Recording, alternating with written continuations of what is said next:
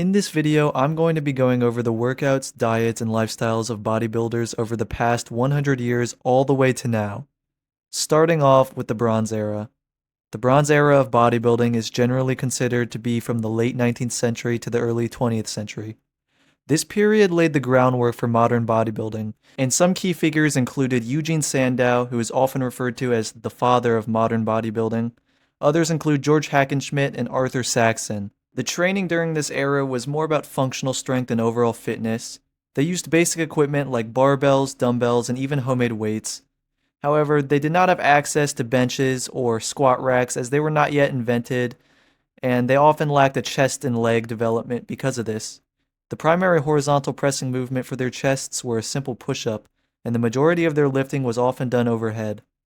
There was the hack squat, which is squatting without a rack, which almost looks like a circus feat of strength, and another exercise where it looks like they're kind of standing on their head as a balance to bench press, but that's as close as it got. Diets were quite basic, focusing on natural foods like eggs, meat, and vegetables, and there was less of an emphasis on supplements than there is today. The first major bodybuilding competition was organized by Eugene Sandow in 1901, known as the Great Competition. This contest was won by William L. Murray. The standards by which the Great Competition was judged was by who embodied the closest resemblance to the Greek and ancient Roman statues of the gods. The overall legacy that the Bronze Era left was that it set the stage for the development of bodybuilding as a sport. The focus was on strength, health, and physique, which influenced later eras on everything except for staying natural, which we'll get there. It is just fascinating to see how bodybuilding evolves over time, and if we fast forward throughout weightlifting history to the Silver Era, which is my personal favorite, we can see many classic physiques which were more focused on symmetry, proportion, and aesthetics rather than just sheer size. The Silver Era of bodybuilding is often considered to be from the 1940s to the 1960s. Some of the most famous bodybuilders from this era include Steve Reeves, Reg Park, and John Grimmick. They were known for their well-balanced and aesthetically pleasing physiques. And by this point in time, the squat rack and the bench press had been invented and was skyrocketing in popularity. Many of the training methods during the Silver Era often emphasized the compound movements like squats, deadlifts, and bench presses. They focused on full-body workouts often, rather than isolating muscle groups. The diet was relatively simple compared to today's standards. It included whole foods, high protein intake, and often involved drinking a lot of milk. And at this time, the Mr. America and Mr. Universe contests were some of the most prestigious competitions. Winning these titles was a significant achievement, and all of the competitors were still natural at this point in time. The Silver Era set the foundation for modern bodybuilding and the focus on aesthetics and balanced development, and much like the Bronze Era, they paved the way and still influence much of bodybuilding today. Now we move on to the most well-known era, the Golden Era, the start of the steroid use and the more modern scene of what bodybuilding is becoming, which is a pharmaceutical eating contest and jacking up one's own body for mass and nothing else rather than one of health and beauty. The Golden Era of bodybuilding is typically considered to be from the late 1960s to the early 1980s. This era is iconic for its emphasis on aesthetics, symmetry, and proportion, mainly proportion. The Golden Era produced some of the most famous bodybuilders, including Arnold Schwarzenegger, Franco Columbu, and Frank Zane. These athletes are still celebrated for their impressive physiques and contributions to the sport, and even those who don't keep up with much bodybuilding very hardcore-like will still often recognize names like Arnold Schwarzenegger. Training during this period was intense and focused. Bodybuilders often trained twice a day using a combination of free weights and machines. They emphasized muscle isolation and high-volume training because they were enhanced. Diets were carefully planned with a strong focus on high protein intake, balanced with carbohydrates and fats. Many supplements, like protein powders and amino acids, became more popular during this time. The cultural impact was also much greater during the Golden Era as it helped bring bodybuilding into the mainstream. Movies like Pumping Iron and the rise of fitness magazines contributed to the sport's popularity. The Golden Era is often looked back on with nostalgia for its focus on enhanced yet still classic and oftentimes very aesthetic physiques. And that was the past 100 years of bodybuilding in less than 5 minutes. We went through each era of bodybuilding from bronze to silver to gold and discussed the diets and training methods, as well as goals and lifestyles, feats of strength, and health and beauty. Comment below which era was your favorite and like and subscribe if you enjoyed this video. And have a blessed day, my friend. Stay natural. Powerlifting has undergone significant evolution over the past century, transforming from a niche strength sport into a globally recognized competitive discipline. Its roots can be traced back to the early 20th century, when strength competitions were primarily focused on feats of strength rather than standardized lifts. Early strongmen and circus performers showcased their abilities in various strength challenges, laying the groundwork for what would eventually become powerlifting. In the 1950s, powerlifting began to take shape as a distinct sport. The American Strength Association, or ASA, was formed in 1958, and the first official powerlifting competitions were held. These early competitions included a variety of lifts, but by the 1960s, the three core lifts, squat, bench press, and deadlift, were standardized. This standardization helped to formalize the sport and set the stage for its growth. The 1970s marked a period of rapid development for powerlifting. The International Powerlifting Federation, the IPF, was established in 1972, providing an international governing body to oversee the sport. This decade also saw the introduction of weight classes, which allowed for fairer competition among lifters of different sizes. The IPF's establishment and the introduction of weight classes were crucial steps in making powerlifting a more organized and competitive sport. Throughout the 1980s, powerlifting continued to grow in popularity. The sport saw an increase in the number of competitions and participants, and records were being set and broken at a rapid pace. The development of specialized powerlifting equipment such as squat suits and bench shirts also began during this time.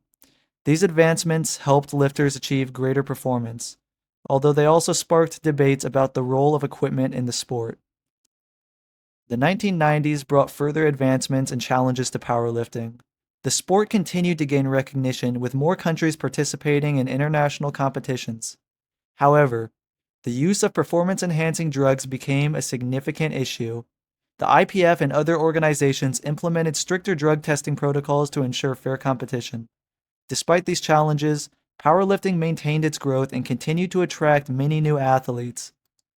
In the early 2000s, powerlifting saw a resurgence in popularity, partly due to the rise of social media and online communities. These platforms allowed lifters to share their training and competition experiences, fostering a sense of community and camaraderie. The sport also benefited from increased media coverage, with major competitions being broadcasted and streamed online. The 2010s were marked by significant achievements and milestones in powerlifting. The sport saw an influx of new talent, with many lifters setting world records and pushing the boundaries of human strength. The popularity of powerlifting continued to rise, with more people participating in the sport at both amateur and professional levels. The introduction of raw lifting, which emphasizes minimal equipment use, also gained traction and brought a new dimension to the sport. Women's participation in powerlifting has seen remarkable growth over the past few decades. Initially, the sport was male-dominated, but women have increasingly made their mark, breaking records and achieving high levels of performance. Organizations have made efforts to promote gender equality in the sport, and women's powerlifting has become a significant and celebrated aspect of the powerlifting community. Powerlifting has also seen a diversification of its competitive landscape. In addition to traditional federations like the IPF, numerous other organizations have emerged, each with its own set of rules and standards. This diversification has allowed lifters to choose competitions that align with their preferences, whether they prefer equipped lifting or raw lifting, or different drug testing protocols. The sport's growth has been accompanied by advancements in training methodologies in sports science. Coaches and athletes have access to a wealth of information on nutrition, recovery, and technique, allowing them to optimize their performance. The use of technology, such as video analysis and wearable devices, has also become commonplace, helping lifters refine their techniques and track their progress. Powerlifting's influence extends beyond the competitive arena. The sport has played a significant role in promoting strength training and physical fitness to the general public. Many people incorporate powerlifting principles into their workouts to build strength and improve overall health. The sport's emphasis on discipline, perseverance, and goal setting has resonated with a wide audience. In recent years, powerlifting has continued to thrive, with record-breaking performances and growing participation rates. The sports community remains strong, with lifters supporting and motivating each other. Powerlifting competitions, both local and international, continue to attract large audiences, showcasing the incredible feats of strength that athletes are capable of achieving. Looking ahead, the future of powerlifting appears bright. The sport is likely to continue evolving with advancements in training, equipment, and competition formats. The powerlifting community's dedication to promoting the sport and fostering a positive and inclusive environment will ensure its continued growth and success. In conclusion, the past 100 years of powerlifting have been marked by significant milestones and achievements, from its early days of informal strength competitions to its current status of Eddie Hall doing that one deadlift he did. It's a globally recognized sport. Powerlifting has come a long way. The dedication and passion of athletes and overall human spirit will never cease to amaze and push boundaries for many, many years to come. I hope that you enjoyed this video on the past 100 years of powerlifting. Welcome to our journey through the past 100 years of calisthenics. In this video, we'll explore the evolution of this incredible form of exercise from its humble beginnings to its current status as a global fitness phenomenon. School has developed a program that assures every student of physical excellence. Exercise on the grip swing puts muscles on the least athletic. Extension push-ups are among the toughest of the drills. As an incentive to excel, the color of the shorts the boys wear is determined by their ratings on performance charts. Some requirements for top ratings are stricter than for Annapolis Police. A lad who has mastered the pegboard will find a military obstacle course is snatched. 200 schools across the country have adopted La Sierra's program of 15-minute daily competitive exercise.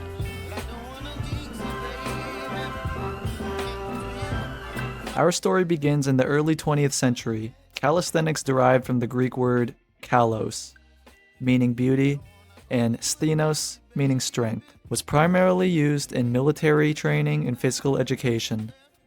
The focus was on basic bodyweight exercises such as push-ups, pull-ups, and sit-ups to build strength and endurance. And made that the poster child of his program to make America a healthy place, because he understood By the 1950s and 60s, calisthenics had made its way into schools and public parks.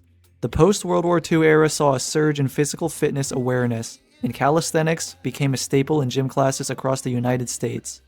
The exercises were simple, effective, and required no special equipment, making them accessible to everyone.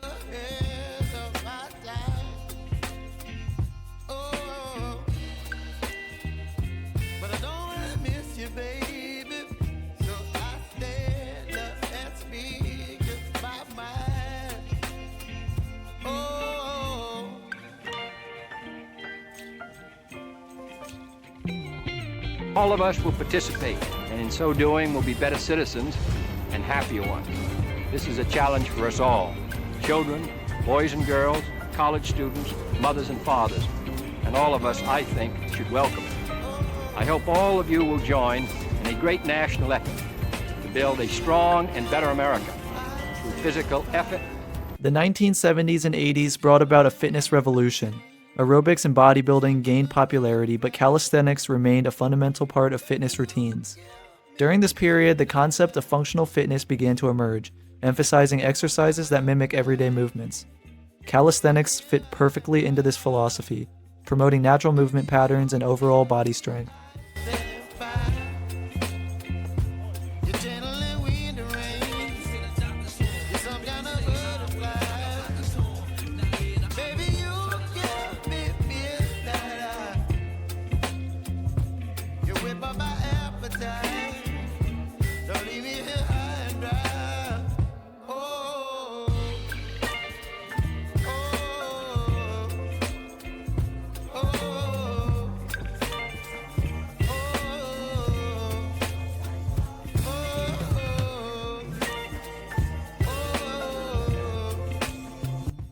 In the 1990s and early 2000s, calisthenics experienced a resurgence, thanks in part to the rise of street workout culture. Enthusiasts began performing advanced bodyweight exercises in urban environments, transforming playgrounds and public spaces into outdoor gyms. This grassroots movement brought a new level of creativity and athleticism to calisthenics, inspiring many people worldwide, including myself.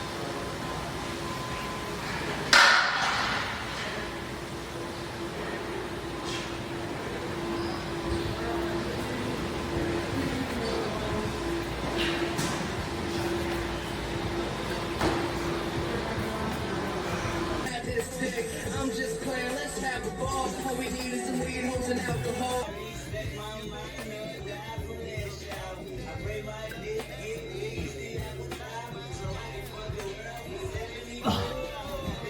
it's hard.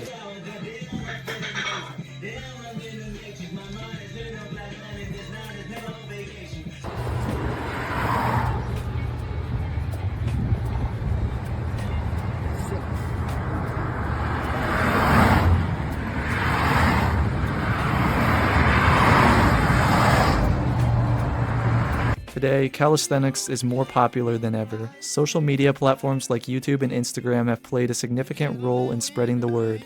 Influencers and athletes share their routines, challenges, and progress, motivating millions to take up calisthenics.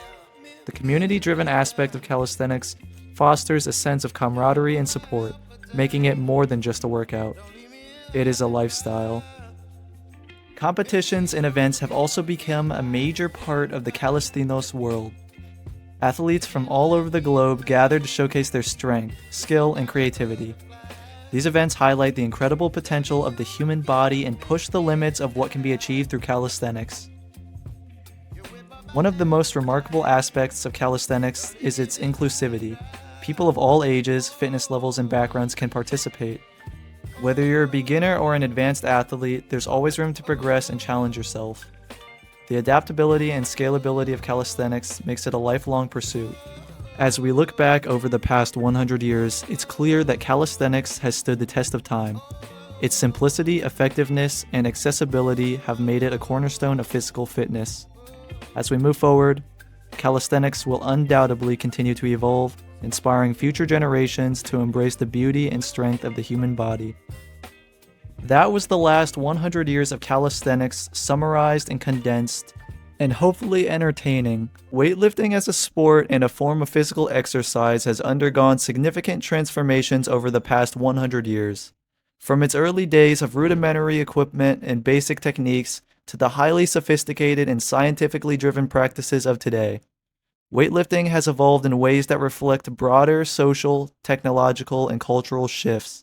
In the early 20th century, weightlifting was primarily associated with strongmen performances and circus acts. These early weightlifters used basic barbells and dumbbells, often made from cast iron. The sport was not standardized and competitions were informal, with no universally accepted rules or weight classes. This era was characterized by feats of strength that amazed audiences but lacked the structure that we see in modern weightlifting. The inclusion of weightlifting in the Olympic Games in 1920 marked a significant turning point. The sport gained international recognition and began to develop more formalized rules and regulations. The early Olympic weightlifting competitions featured 3 lifts: the snatch, the clean and press, and the clean and jerk. These events helped to standardize the sport and provided a platform for international competition.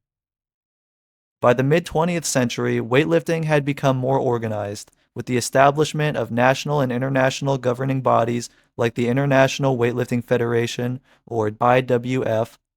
These organizations played a crucial role in developing standardized equipment, weight classes, and competition rules. The clean and press was eventually dropped from Olympic competition in 1972, leaving only the snatch and the clean and jerk as the 2 primary lifts. In the 1950s and 1960s, we saw the rise of Soviet and Eastern European dominance in the sport. These countries invested heavily in sports science and training methodologies, and it produced some of the world's best weightlifters. The Soviet Union in particular developed systematic training programs that emphasized periodization, technique, and recovery, setting new standards for the sport. The 1970s and 1980s continued to see advancements in training techniques and equipment. The introduction of more sophisticated barbells with rotating sleeves, better quality weight plates, and improved lifting platforms enhanced the performance and safety of athletes. During this period, the use of anabolic steroids became a significant issue, leading to much stricter drug testing protocols and the eventual establishment of anti-doping agencies. In the 1990s, the sport of weightlifting continued to grow globally. The inclusion of women's weightlifting in the Olympic Games in the year 2000 was a landmark moment, reflecting broader societal changes toward gender equality in sports. Female athletes began to receive more support and recognition, leading to increased participation in competition at the highest levels. The early 21st century has seen further advancements in sports science, nutrition, and technology, all of which have contributed to the evolution of weightlifting as a whole. Athletes now have access to detailed biomechanical analysis, personalized training programs, and cutting-edge recovery techniques. These advancements have pushed the boundaries of human performance, resulting in new world records and unprecedented levels of competition. Weightlifting has also benefited from the rise of social media and digital platforms, of course. Athletes can now share their training routines, techniques, and achievements with a global audience, inspiring a new generation of weightlifters. Online coaching and virtual competitions have become much more common, making the sport more accessible to people around the world. In recent years, the sport has faced challenges related to doping scandals and governance issues. High-profile cases of drug use have tarnished the reputation of weightlifting, leading to calls for stricter regulations and more transparent governance. The IWF has implemented reforms to address these issues, but the sport continues to grapple with the need for clean competition. Despite these challenges, weightlifting remains a popular and respected sport. Its inclusion in the Olympic Games continues to inspire athletes and fans alike, and the sport's emphasis on strength, technique, and discipline resonates with people of all ages and backgrounds, making it a timeless pursuit. Looking ahead, the future of weightlifting appears bright. Advances in technology, sports science, and training methodologies will continue to push the limits of human performance, and the sport's growing popularity among women and younger athletes suggests a more inclusive and diverse future. Additionally, efforts to promote clean competition and fair play will help to restore and maintain the integrity of weightlifting. In conclusion, the past 100 years of weightlifting have been marked by significant changes and advancements, from its early days of strongman performances to its current status as a highly competitive and scientifically driven sport. Weightlifting has evolved in response to broader social, technological, and cultural shifts. As the sport continues to grow and adapt, it remains a testament to the enduring human pursuit of strength and excellence. I hope that you enjoyed this video on the past 100 years of Olympic weightlifting.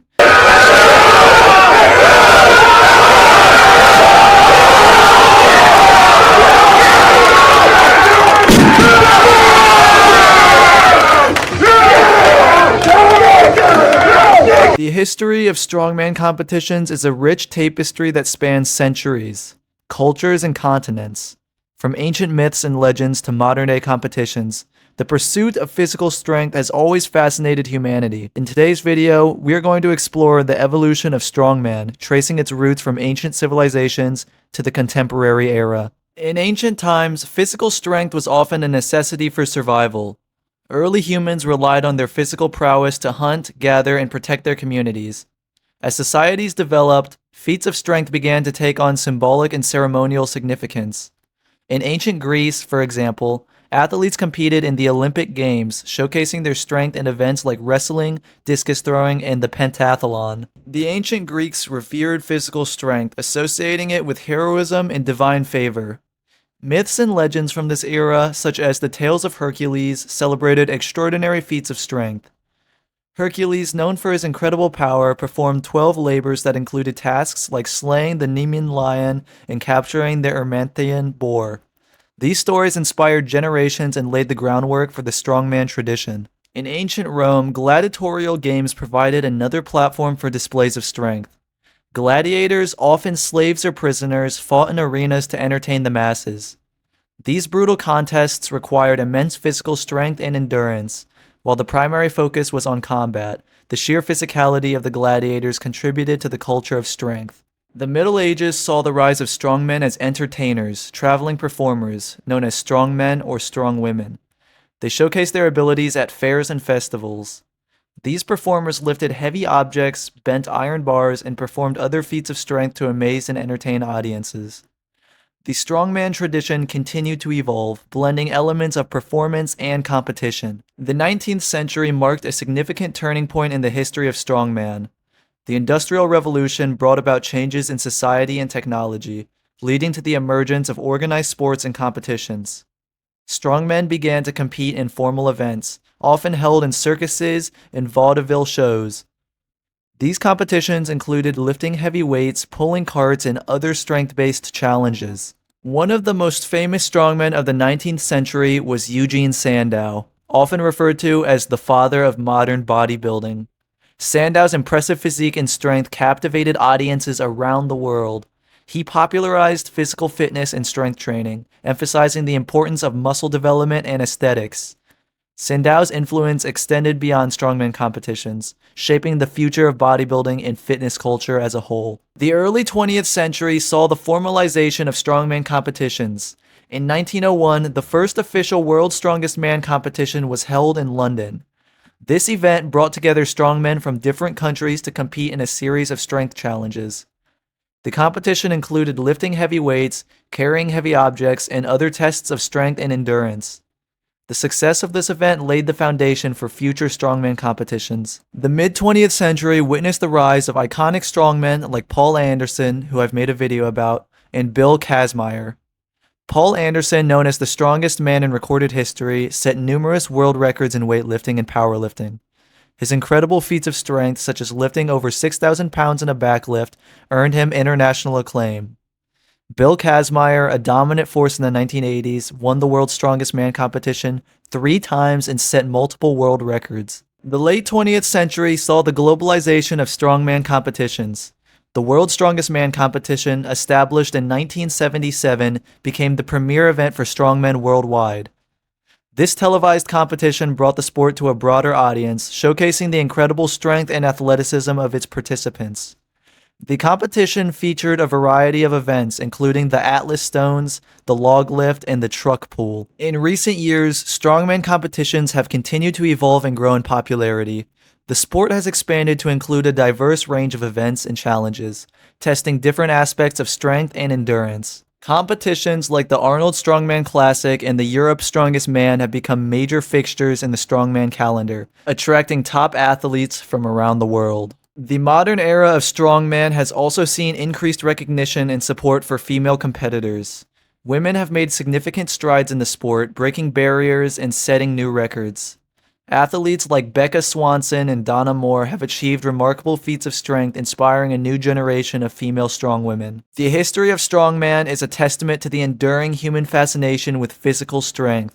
From ancient myths and legends to modern-day competitions, the pursuit of strength has been a constant thread throughout history. Strongman competitions celebrate the incredible capabilities of the human body, pushing the limits of what is possible. In conclusion, the history of strongman is a journey through time, reflecting the evolution of human culture and society. From the ancient Greeks to the modern era, strongman and strongwoman competitions have captivated audiences and inspired generations. And as the sport continues to grow and develop, I am excited to see new records be broken and to cover more of the most impressive feats specifically in future videos to come. This has been 100 Years of Strongman History, and I hope you enjoyed the video and have a blessed day. Until next time, stay natural and happy lifting. This is a percent of his personal best is a lot smaller than anyone else's. He's equal, Felix. 30 seconds to go. There's 8. How many more? He has Hollins and Bjornsson still to come.